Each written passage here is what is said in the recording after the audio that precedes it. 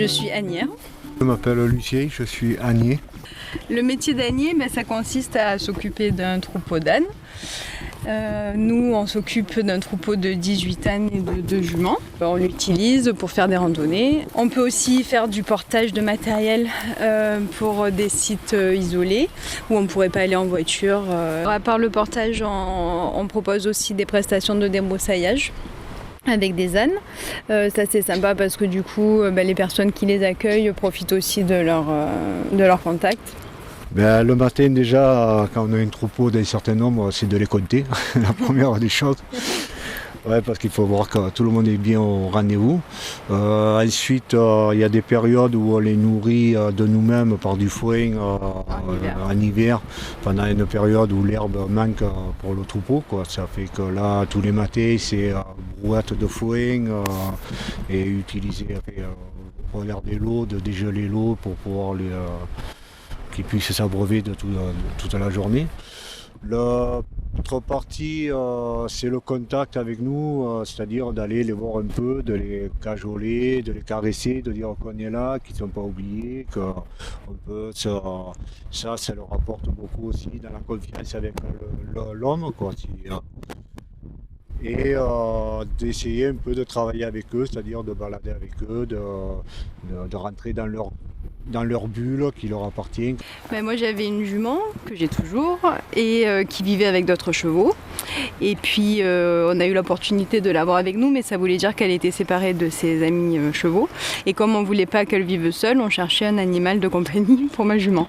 Et c'est là qu'on a parlé avec des amis qui avaient un âne, mais qui correspondait pas, qui était aussi lui le seul âne dans l'environnement et qui se trouvait pas dans ça convenait pas parfaitement pour être là-bas, donc ils nous ont donné Pilou pour accompagner la jument.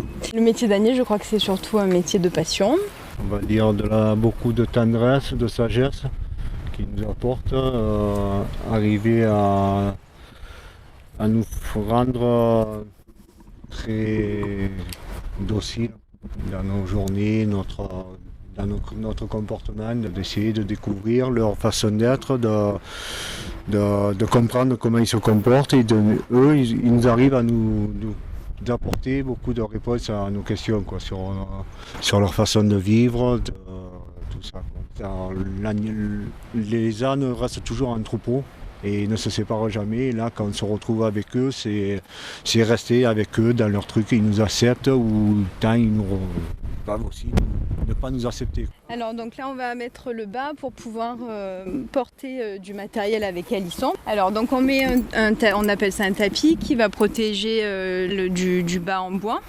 Donc ce bas c'est un bas à croisillon traditionnel. Ici dans le coin on transporte avec les troupeaux de moutons.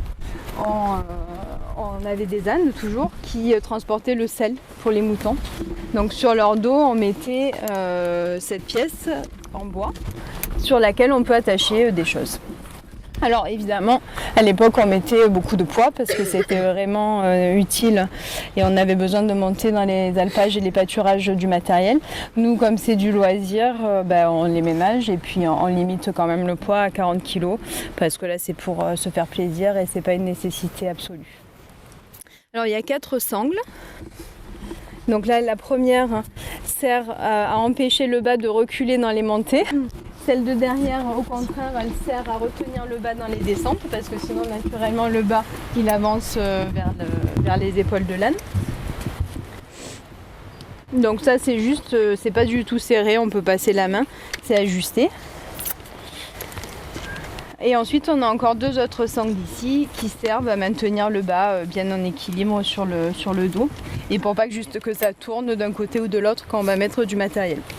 Ce qui est important, c'est que les poids soient équilibrés des 2 côtés. Je ne sais pas si vous avez déjà marché avec un sac à dos plus lourd d'un côté ou de l'autre. C'est pas très agréable, donc il faut faire attention à ce que ça soit pareil pour l'âne, parce que lui, il ne pourra pas nous dire s'il y a un déséquilibre. Donc c'est à nous d'observer si les 2 charges sont bien équilibrées. L'avantage, ce que j'ai découvert depuis des années avec l'animal, avec l'âne en particulier, c'est le comportement qu'on doit avoir nous sur l'animal, c'est-à-dire d'essayer d'abord de le comprendre avant de le juger ou de le battre ou quoi que ce soit, quoi.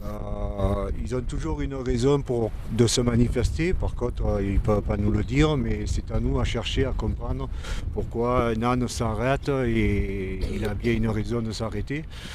Pourquoi un chien il aboie, pourquoi un chat il monte sur des meubles, n'importe quoi, ils ont une raison et c'est de chercher à comprendre pourquoi avant de réagir sur l'animal, quoi.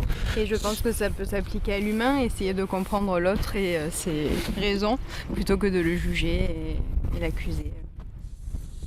Tous les enseignements que l'animal peut nous apporter, c'est d'abord de regarder autour de nous ce qui se passe avant de faire n'importe quelle action ou quoi, de bien réfléchir sur la chose, de pouvoir lui porter une réponse à ce qui se passe, quoi. Je pense que c'est surtout ça, quoi. C'est une passion qui nous vient, mais au contact de l'animal, quoi.